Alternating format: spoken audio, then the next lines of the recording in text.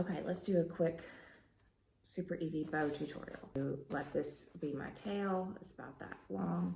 I'm gonna pinch my ribbon, gonna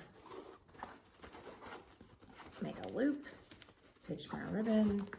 My loop's gonna be yay big. I'm gonna twist my ribbon, twist my ribbon again. I'm gonna make a second loop. It's gonna be a little bit smaller than my first loop. I'm gonna pull it out to check. All right, I'm gonna go.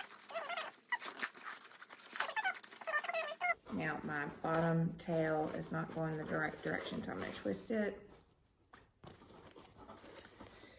And then I'm going to cut this ribbon. I'm gonna take my wire,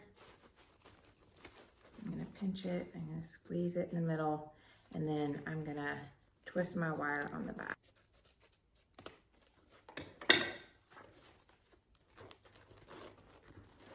And there we go.